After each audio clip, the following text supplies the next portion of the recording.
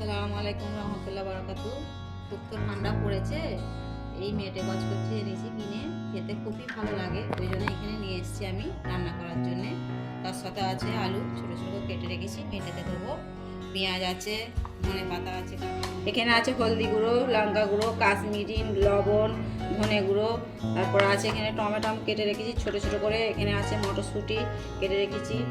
কচকচিটা এবারে রান্না করবো। কড়াটা গরম হয়ে গেছে, এবারে সর্ষের তেল দিয়ে দেবে।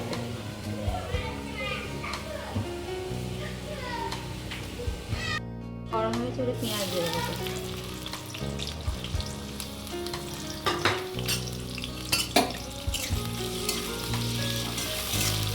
দেখুন লাল লাল হয়ে এসছে, এবারে এটা আমি কচকচিটা তুলে দেবো।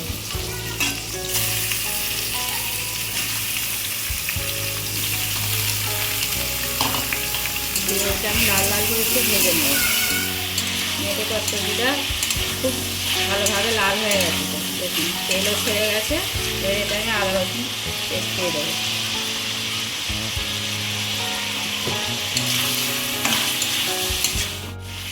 আদা রসুন দিয়েছি, এটা ভালোভাবে ভাজবো যাতে গন্ধটা চলে যায়। এখানে দেখুন সব মশলা নিয়ে আসে, এবার এতে দিয়ে দেবো মশলা নিয়ে লবণ, লঙ্কা গুঁড়ো, হলদি গুঁড়ো, কাশ্মীরি লঙ্কা, ধনে গুঁড়ো দিয়ে এটাকে ভালোভাবে দেবো।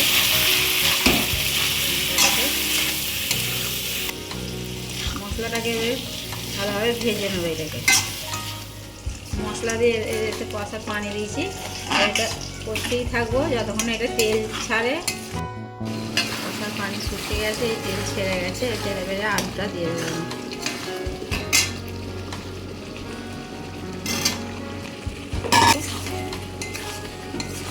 এটা ছেড়ে গেলে তাতে পানি দেবো।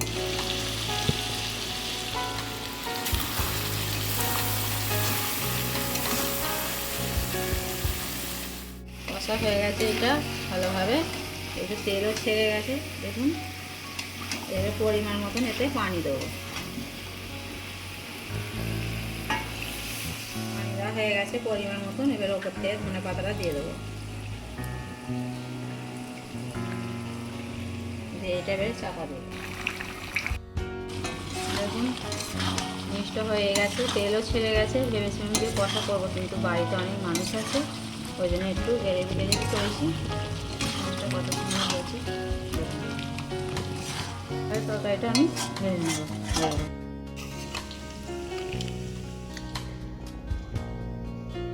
ভিডিওটা যদি আপনাদের ভালো লাগে লাইক শেয়ার ফলো করবেন।